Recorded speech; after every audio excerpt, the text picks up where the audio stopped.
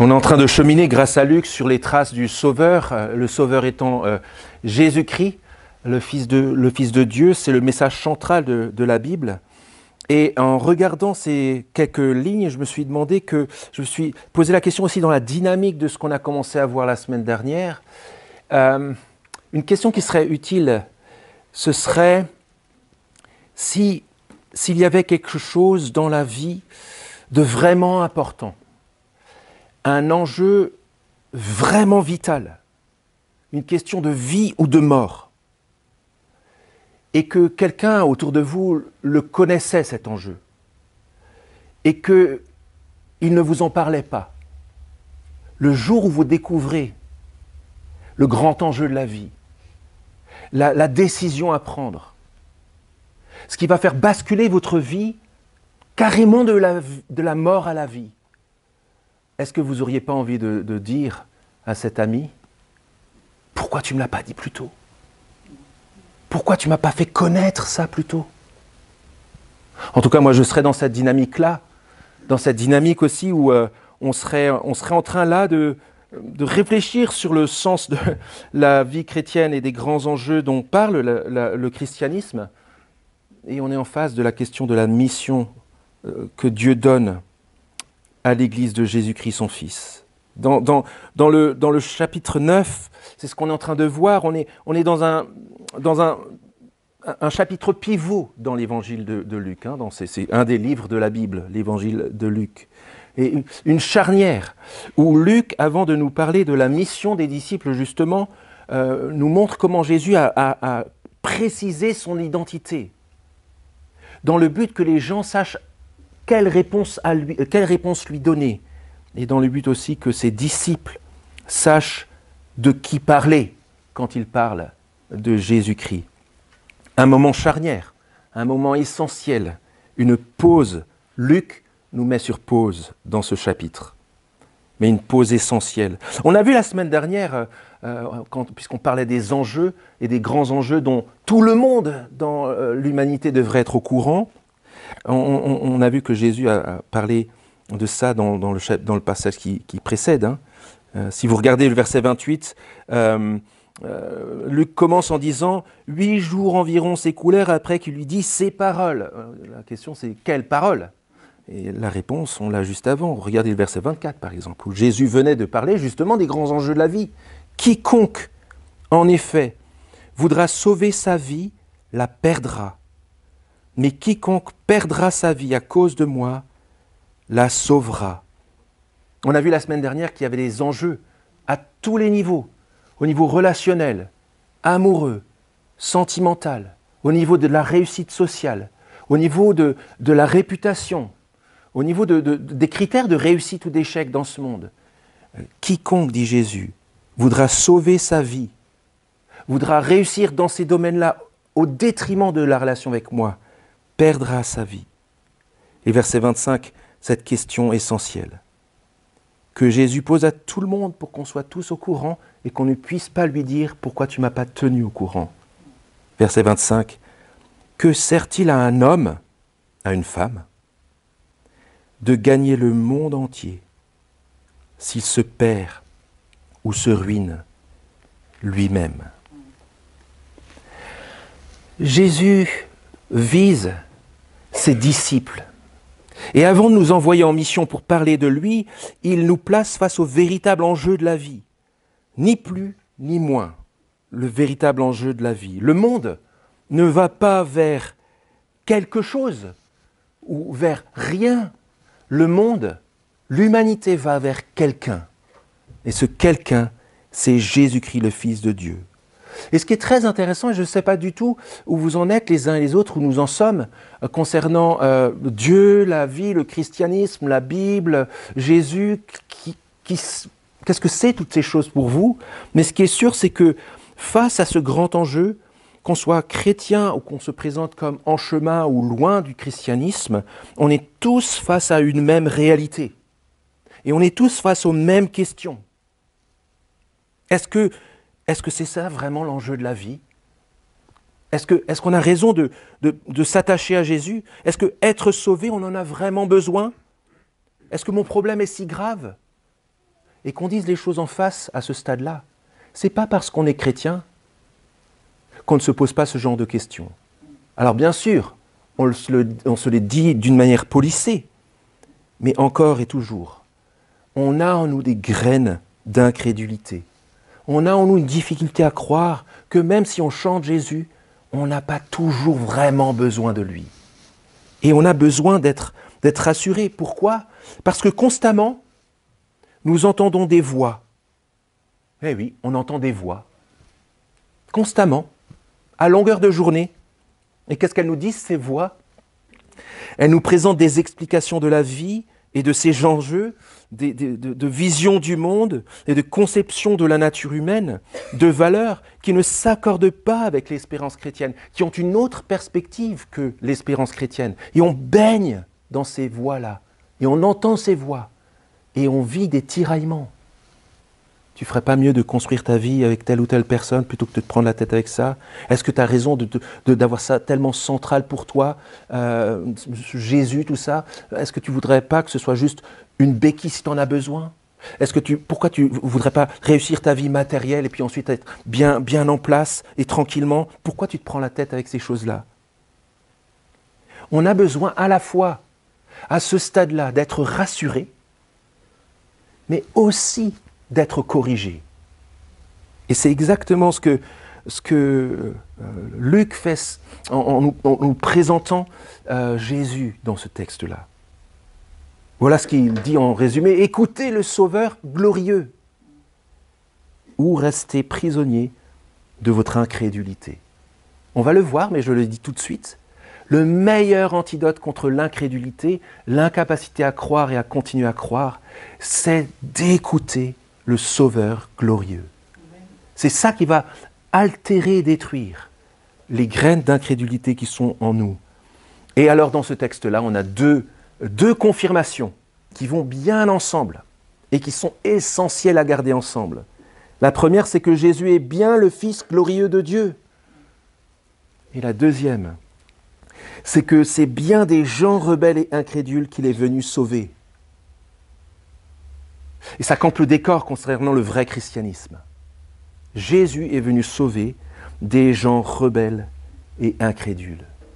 D'abord, arrêtons-nous sur le début, sur les versets 28 à 36, et c'est là qu'on va scruter un peu le texte plus en détail. Jésus est bien le Fils glorieux de Dieu. Alors juste avant, il parlait au verset 26 de son retour dans l'avenir, qu'on a dit dans le credo. Merci Timothée, on a pu le dire. Il reviendra de là pour juger les vivants et les morts. Et puis le verset 27, c'était un peu le teaser, on l'a vu la semaine dernière, un peu la bande-annonce de ce qui allait se passer.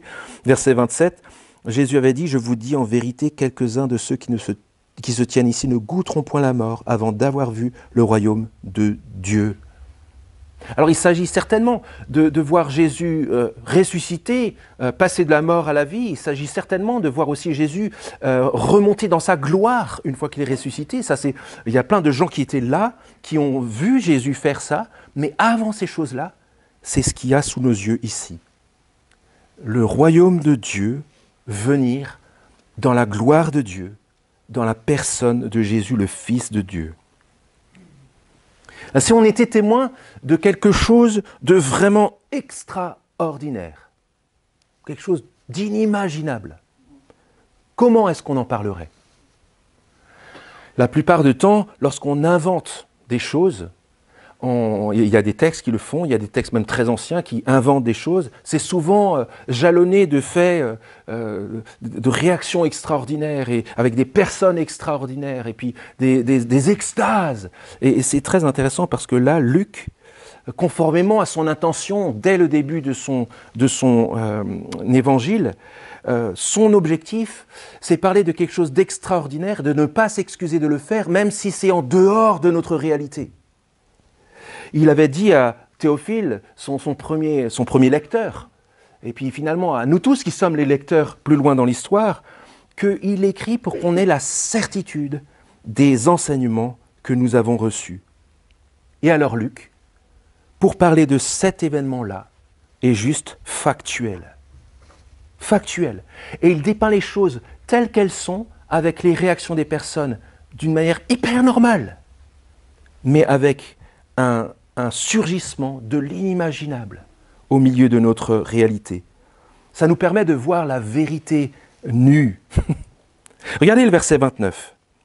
Pendant que Jésus priait, l'aspect de son visage changea et son vêtement devint d'une blancheur éclatante. Alors pour les personnes qui cheminent avec Jésus, qui le voient se coucher, se laver, manger, dormir, être fatigué, ils voient Jésus dans l'expression même. La blancheur, c'est la symbolique de la pureté et de la perfection divine. Première étape, description de ce que ces trois témoins voient d'une manière unique. Et puis deuxième aspect, on continue pour voir ce qui se passe. Voici que deux hommes s'entretenaient avec lui. C'était Moïse, l'ancien prophète tellement connu, celui qui a rédigé la loi, et Élie, l'archétype du prophète de l'Ancien Testament, qui, verset 31, apparaissant dans la gloire, parlait de son départ qui allait s'accomplir à Jérusalem. Pourquoi ces deux personnages ? Jésus est mis en avant. C'est comme si Dieu allumait les projecteurs divins sur lui, de manière à ce qu'il luise d'une manière particulière. Et pourquoi ces deux personnes, ces deux hommes de l'histoire d'Israël ? Il y a certainement plusieurs éléments, mais déjà parce qu'ils sont la représentation de la loi et des prophètes, de tout l'Ancien Testament, de toute la première partie de la Bible, qui ensemble convergent, qui ensemble annoncent Jésus-Christ.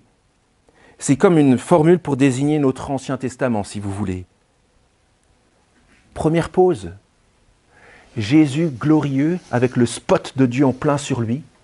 Il n'y a pas de grande musique, mais il y a quand même une grande lumière qui devait faire frémir les témoins, Pierre, Jacques et Jean, mais en présence des représentants de l'Ancien Testament, des Écritures. Dieu n'est pas le Dieu de l'improvisation. Dieu est le Dieu qui a soigneusement préparé un plan de sauvetage pour les hommes dans la personne de son Fils. Et on voit ces deux hommes, tellement clés et tellement reconnus et connus dans l'humanité et dans l'histoire de l'humanité, Moïse et Élie, qui tous les deux convergent et témoignent du Christ. Deuxième chose, on pourrait dire, pourquoi Moïse et Élie dans ce texte-là ? Tous les deux, Moïse et Élie, ont eu sur une montagne un aperçu de la présence de Dieu et de l'Éternel qui leur parle. Moïse qui a dit à Dieu, fais-moi voir ta gloire. Et Dieu qui le cache dans un rocher et qui passe en proclamant son nom, qu'on a dit dans le psaume 103 notamment. L'Éternel, c'est Dieu qui parlait de vive voix à Moïse. L'Éternel qui fait grâce, riche en bonté et en bienveillance. Voilà ce que Moïse a entendu. Et de l'autre côté, Élie, aussi sur une montagne, qui a rencontré Dieu dans son intimité et dans sa présence. Non pas dans un feu dévorant, dans un tremblement de terre qui fracassait les rochers, mais dans un son subtil et léger. Et l'Éternel qui dit à Élie, « Pourquoi es-tu là ? Que fais-tu là, Élie ?»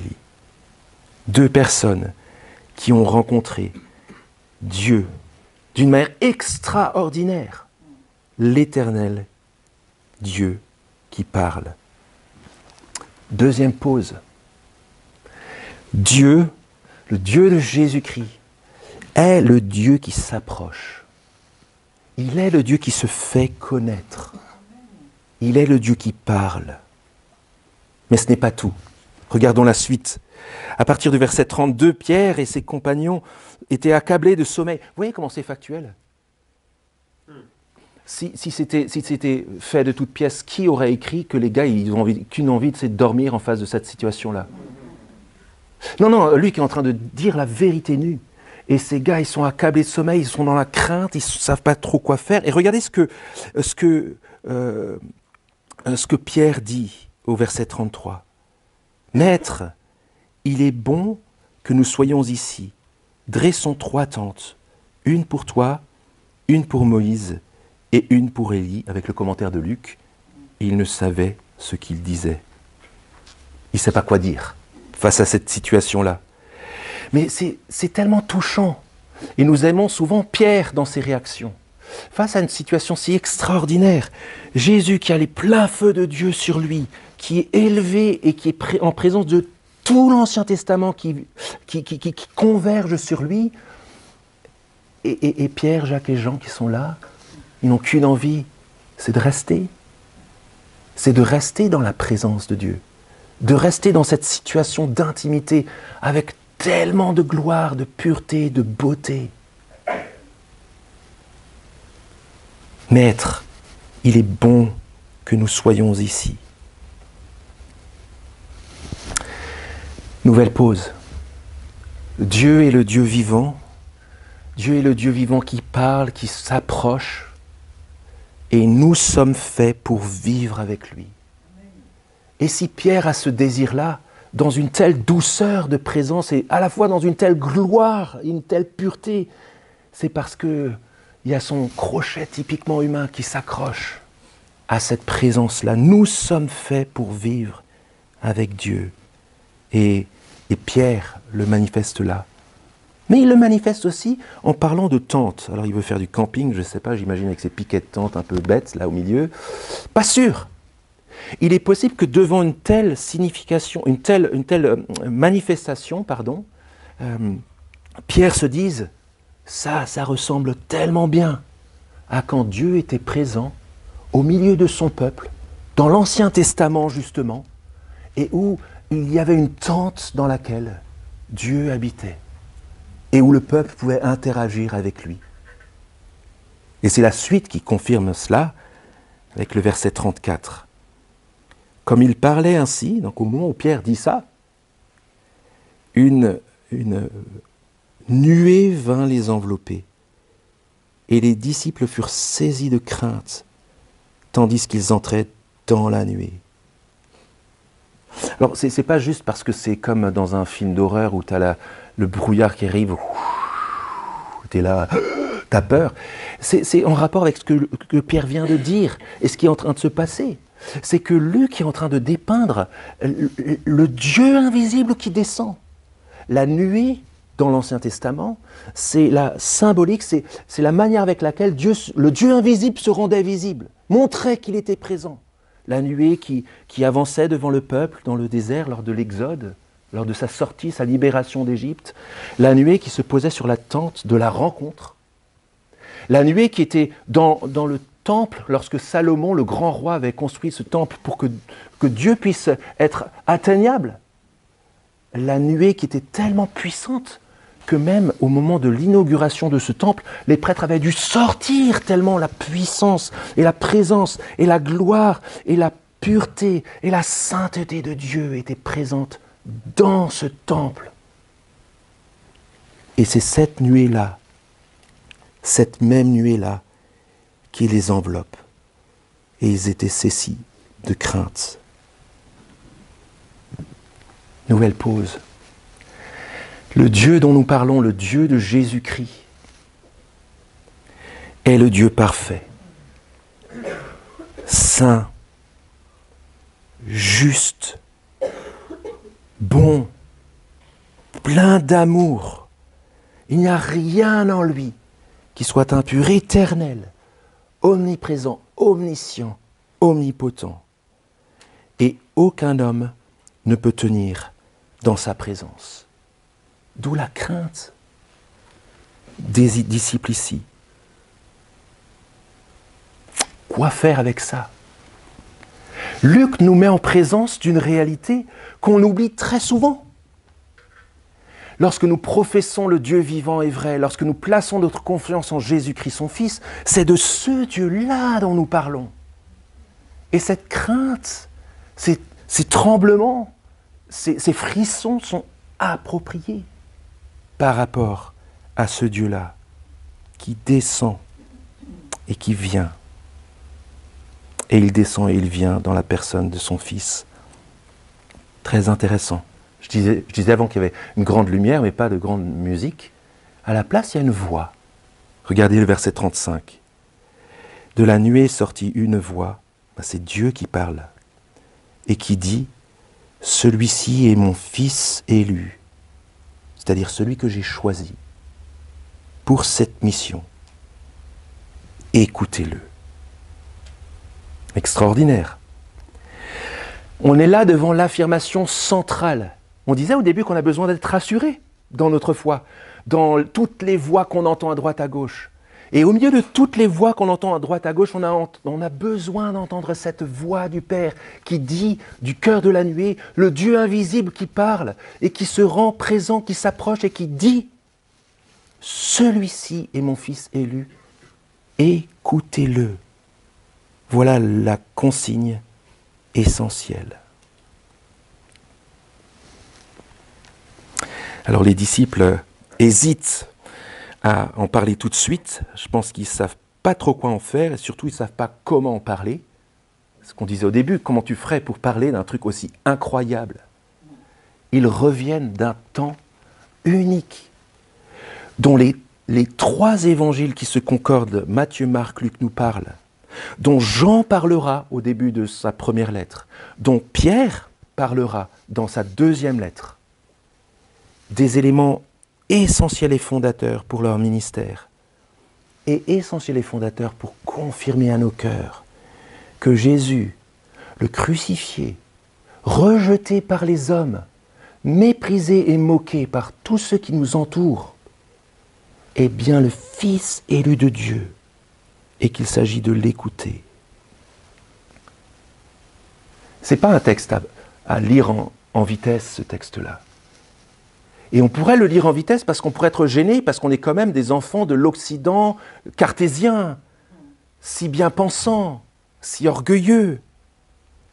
Mais qu'on soit chrétien ou non, qu'on se dise la chose suivante, acceptons que ça n'a rien de saugrenu, que le monde explicable par notre petite cervelle ne soit pas toute la réalité. Et qu'il existe une réalité au-delà de notre science et de la longueur de notre bras et de notre connaissance. Ce surgissement dans ce texte-là, de l'invisible dans le visible, c'est une confirmation claire et puissante que ce dont on parle, quand on parle de christianisme, ça n'a rien d'une béquille ou d'une option éventuelle ou d'une religion parmi d'autres, d'une philosophie qui peut être utile à certains éventuellement. C'est la chose inévitable. Il y a un seul Dieu qui se fait connaître par un seul Fils et qu'il s'agit d'écouter. Le Dieu vivant, notre Créateur, à tous, que personne ne peut voir, se rend accessible, se rend visible, se rend connaissable par la personne de son Fils, Jésus. Alors ce qui est sollicité ici, ce n'est pas une crédulité naïve et primitive que nous avons dépassée, nous les hommes occidentaux du XXIe siècle. Non, ce qui est sollicité ici, c'est une foi solidement ancrée sur le témoignage de témoins oculaires. Mais, qu'on soit chrétien ou non chrétien, notre incrédulité peut demeurer. Même si nous savons ces choses-là, même si nous les chantons, même si nous les relisons ce matin, nous sommes indécrotablement incrédules. C'est dans notre ADN. C'est dur de croire, même face à l'évidence et face à un témoignage probant. Et justement, autre point commun entre la situation de Jésus ici et Moïse et Élie. Un autre point commun essentiel. Moïse a rencontré Dieu, il a entendu. Élie a rencontré Dieu, il a entendu. Mais dans un contexte particulier. Dans un contexte où le peuple d'Israël, le peuple élu de Dieu, était particulièrement rebelle et incrédule. Au temps de Moïse, le moment où Dieu a entendu Moïse le cacher derrière le rocher et l'entendre parler de sa grâce, c'est le moment où le peuple, après avoir été libéré d'Égypte, vient de faire un veau d'or en disant « Voilà le Dieu qui t'a libéré d'Égypte ». Élie, en dépression totale, se retrouve dans la présence de Dieu, alors que plus bas dans la plaine, il y a le peuple qui indécrotablement choisit Baal, le Dieu, l'idole des peuples environnantes, qui ne leur a rien montré, mais auquel ils s'attachent. Et Élie qui dit « Je suis resté moi seul ». Et il cherche à m'ôter la vie. Un contexte de peuple rebelle et désobéissant. Un contexte désespérant. Mais à chaque fois, avec la manifestation de la grâce de Dieu. Dieu qui fait grâce du côté de Moïse.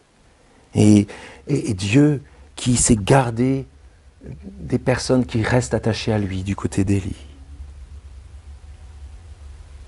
Revenons, avant d'aller plus loin, à la consigne essentielle du Père. Et si Dieu te parle et te dit une consigne, il faut l'écouter. Voici mon fils, celui-ci est mon fils élu, verset 35. Écoutez-le. Justement, qu'est-ce que c'est, cette écoute? On est dans la tradition biblique où Dieu dit tout le temps et invite tout le temps à ce qu'on l'écoute. Il y a une tradition d'écoute de Dieu dans toute la parole, dans toute la Bible. Mais là, Jésus ne l'abolit pas. Il en est l'accomplissement.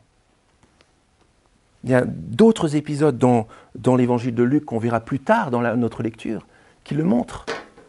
Mais je ne résiste pas à l'idée de vous raconter la dernière allusion à l'écoute de Dieu et de la voix de Jésus dans la Bible au moment de la résurrection de Jésus-Christ. Il est passé de la mort à la vie. Il est victorieux. Et personne ne croit, même pas ses disciples ne croient qu'il est ressuscité. Et il chemine avec des hommes, ou c'est peut-être un couple, qui sont désespérés parce qu'ils espéraient que ce soit lui le sauveur. Et Jésus, pour leur prouver, leur montrer qu'il est bien vivant, qu'est-ce qu'il lui suffisait de faire? De montrer ses mains, de montrer son corps meurtri, et de dire « j'étais mort, je suis vivant ». De leur montrer ses mains pour prouver qu'il est bien vivant. Et Jésus leur dit la chose suivante. Homme lent à croire ce que disaient les prophètes. Le Christ ne devait-il pas souffrir pour entrer dans la gloire? Et Luc commente en disant, commençant par Moïse et par tous les prophètes, il leur expliqua dans toutes les Écritures ce qui le concernait. Donc si on veut laisser l'incrédulité s'assécher en nous, notre difficulté à croire, nos doutes s'estomper, la chose à faire, c'est de laisser la parole de Jésus dans toutes les Écritures nous rappeler qui il est, nous rappeler sa personne et sa gloire. Écouter le Christ dans les Écritures, c'est le seul antidote contre notre rébellion chronique. Avant de croire et pour continuer à croire une fois que nous avons cru. Il ne faut pas s'étonner lorsque notre foi et notre marche avec Jésus s'assèchent, s'estompent. Lorsqu'on est tout d'un coup à la rue, dans nos choix, nos décisions, dans tous les domaines de notre vie. Si nous laissons de côté la parole de Jésus, celui-ci est mon fils élu, écoutez-le. Et si on insiste sur ces choses-là, dans ce contexte-là, si c'est difficile à entendre, c'est tout simplement parce que le contexte de Jésus en bas de la montagne est bien douloureux à entendre. Nous sommes, comme les disciples, touchés par une incrédulité chronique, une difficulté à croire. C'est pour ça que Luc, sans transition, en accolant les deux événements et en montrant comment ils se sont succédés les uns après les autres, nous dit bien sûr que confirmation 1, Jésus est bien le Fils glorieux de Dieu, mais que confirmation 2, c'est bien des gens rebelles et incrédules qu'il est venu sauver. Pour le dire autrement, Jésus est venu nous délivrer de notre incrédulité. Difficile retour à la réalité, hein, quand on regarde à partir du verset 37, il n'y en a pas un pour acheter l'autre. La situation de cet homme est catastrophique. Verset 38, je t'en prie, porte les regards sur mon fils. Verset 39, un esprit le saisit et aussitôt il pousse des cris et l'esprit le fait entrer en convulsion, le fait écumer, le quitte à grand-peine après l'avoir tout meurtri. On en a vu d'autres dans l'évangile de Luc. Mais c'est le rappel que dans ce monde, rien n'a changé, rien ne change. Ce monde est sous emprise. Et pas juste sous emprise directe de puissance du mal qui détruisent et autodétruisent des personnes. Mais il suffit d'ouvrir les informations pour se rendre compte que ce monde est sous emprise. Ce monde est malade. La folie meurtrière, la destruction, l'autodestruction règnent. C'est le contexte dans lequel nous vivons.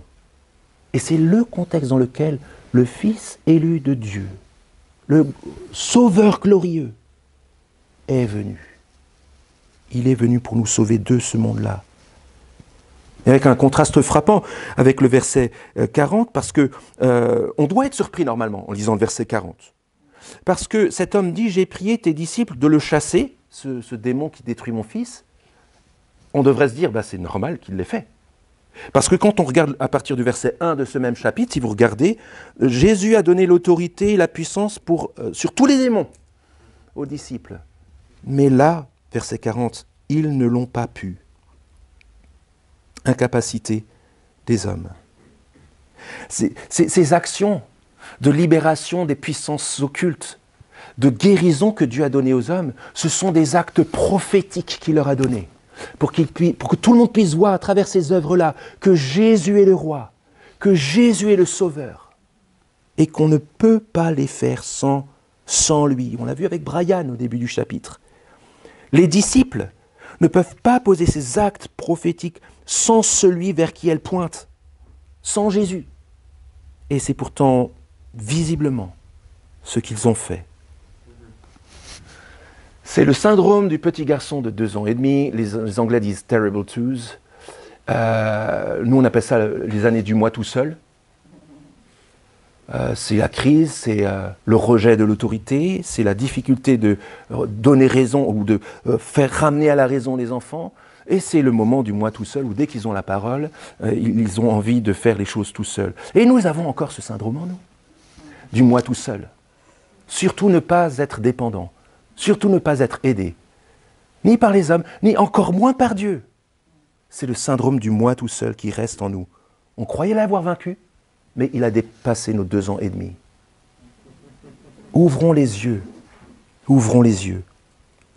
Il existe un optimisme sur la nature humaine qui est déplacé.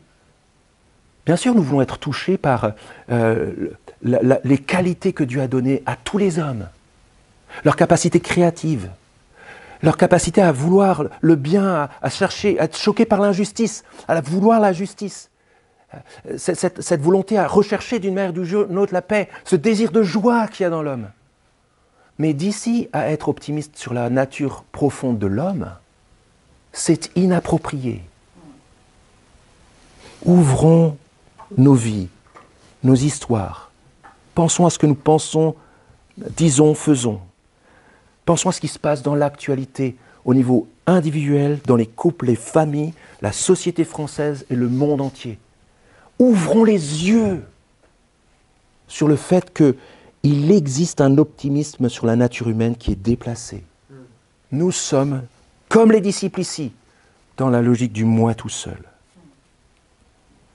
Et Jésus qui réagit au verset 41.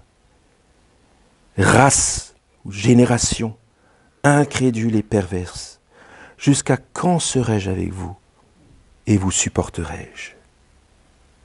La lassitude de Dieu face à l'incroyable incrédulité et rébellion de l'homme, même des disciples, exprimée dans la bouche de son propre Fils. Le Père avait donné quelle consigne aux disciples juste avant? Nous avait donné quelle consigne? Celui-ci est mon Fils élu, écoutez-le. Et qu'est-ce qu'il dit, ce Fils? Race incrédule et perverse. Écoutons-le. Écoutons ce qu'il dit sur notre nature, lui qui connaît les cœurs et qui a le courage, pour une fois, dans l'humanité, de dire des choses qui gênent. C'est pas facile à entendre. Mais c'est, lorsqu'il dit race ici, il parle de la race humaine. La race humaine. Nouveau point commun avec Moïse et Élie, cette lassitude. Le peuple qui, après avoir vu tellement de choses extraordinaires se faire par la main de Dieu et à travers Moïse, qui encore râlent parce qu'ils n'ont pas d'eau. Ils n'ont pas d'eau dans le désert et Dieu ne va pas nous en donner. Tu parles, il a ouvert la mer pour toi. Il t'a donné à manger, à boire, il te donne à manger tous les jours par un pain qui descend du ciel miraculeusement. Et tu râles encore. Et Moïse qui est las et qui tape, non pas comme Dieu lui avait dit, qui parle au rocher, mais il frappe le rocher 2 fois pour manifester sa foi, mais aussi sa lassitude par rapport à cette tradition d'incrédulité. Peuple rebelle. Et Élie, alors Moïse est fâché de son côté, Élie, lui, il est cassé. Il est cassé par rapport à cette incrédulité. Il est brisé. Je suis resté moi seul. Prends-moi la vie. Je ne suis pas meilleur que mes pères. Face à tout un peuple qui a vu, c'est incroyable, ils viennent de voir le feu du ciel descendre pour brûler de la viande, du bois qui brûlait la viande, les pierres sur lesquelles était le bois qui brûlait la viande, et évaporer toute l'eau qui était autour pour que ça ne brûle pas. Ils viennent de voir ça, mais ils sont encore en train de douter de Dieu. Et si Moïse était fâché de cette incrédulité, Élie, lui, il était cassé par cette incrédulité. Race incrédule et perverse. C'est pas juste la génération du temps de Jésus. Hein. C'est pas juste ces 3-4 gars autour. Hein. C'est nous. C'est nous. Expression de la frustration de Dieu par rapport à l'évidence des cœurs durs. Et qu'on soit chrétien ou pas chrétien, on est tous dos à dos sur cette question. Face au texte qu'on vient de voir, on est capable de refermer nos Bibles et d'oublier complètement la grandeur du Fils unique de Dieu, glorieux de la gloire éternelle de Dieu, le Fils élu de Dieu, choisi par Dieu pour sa mission. Un disciple de Christ, c'est pas quelqu'un qui est plus crédule que les autres. Ou à l'opposé, c'est pas quelqu'un qui a plus de disposition à croire que les autres. On le voit encore ici. Un disciple de Christ, c'est comme n'importe quel homme ou n'importe quelle femme sur la terre, quelqu'un qui est capable, même face à l'évidence, de ne pas croire. Et il a besoin d'un sauveur comme les autres. Nous avons besoin du sauveur glorieux. Verset 41, à la suite, « Amène ici ton fils ». Il va encore devoir prendre les choses en main. Eh bien oui, regardez ce qui se passe, la guérison. Le démon qui voit Jésus approcher, qui s'excite, mais Jésus menace l'esprit impur, guérit l'enfant et est rendu à son Père. Écoutez le Sauveur glorieux, ou alors, alternative, restez prisonnier de votre incrédulité. Face à sa colère devant l'incrédulité du peuple, de la race des hommes, Moïse a été puni à son tour parce qu'il a désobéi à Dieu. Il lui avait dit « parle au rocher », il avait frappé de colère le rocher. Face à l'idolâtrie et la rébellion et l'incrédulité du peuple, Élie, cassé, Dieu l'a mis en retraite, l'a mis à la retraite, a arrêté son ministère. Mais que ce soit au temps de Moïse ou au temps d'Élie, comme au temps de Jésus ou comme aujourd'hui, rien n'a changé. Nous sommes de cette race-là. Mais il y a un point sur lequel nous avons le devoir de terminer. la petite note de Luc au verset 31. Vous l'avez? Verset 31. Jésus se retrouve avec Moïse et Élie. Ils apparaissent dans la gloire. Et il parlait de son départ qui allait s'accomplir à Jérusalem. Littéralement, le mot départ, c'est le même mot que le mot exode. Le temps, référence pour le peuple de Dieu, de la grande libération du peuple de Dieu au temps de Moïse. Jésus est venu pour vivre un exode, une libération dans laquelle il a attiré un nouveau peuple. Dans un exode parfait, dans une libération parfaite. Avec la promesse que ceux qui ne changeaient pas au temps de Moïse et d'Élie avaient la promesse de changer au temps de Jésus. Moïse a frappé le rocher de colère. Jésus a été frappé lui-même pour que nous ne soyons pas frappés à cause de notre incrédulité. La croix du Christ, c'est cela. Le Sauveur glorieux que Dieu a frappé pour que nous ne soyons pas frappés. Ce roi glorieux qui est venu servir, alors qu'Élie a demandé « Enlève-moi la vie, j'en peux plus de ce peuple ». Jésus est venu lui donner sa vie pour délivrer son peuple de son incrédulité. Si nous voulons continuer à avancer et à croire, à nous attacher au Sauveur, c'est par notre incrédulité qu'il faut commencer. Reconnaître notre difficulté à croire et dire à Dieu, qu'on soit chrétien ou pas chrétien, au secours. Au secours. Je vous invite à un temps de silence, de prière, que je conclurai par la prière.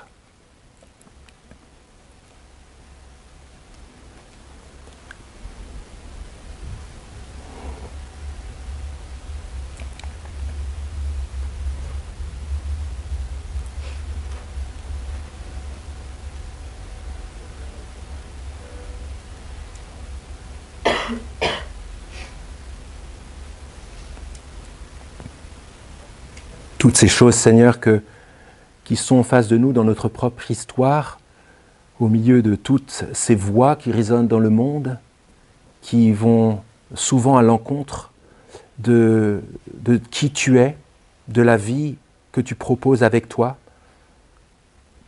tous ces tiraillements que nous avons en nous, tous ces doutes qui nous traversent, toutes ces lassitudes, tous nos manquements où nous nous comportons comme si nous n'appartenions pas au Dieu vivant et vrai, toutes nos incohérences entre ce que nous chantons, disons croire et faisons par ailleurs.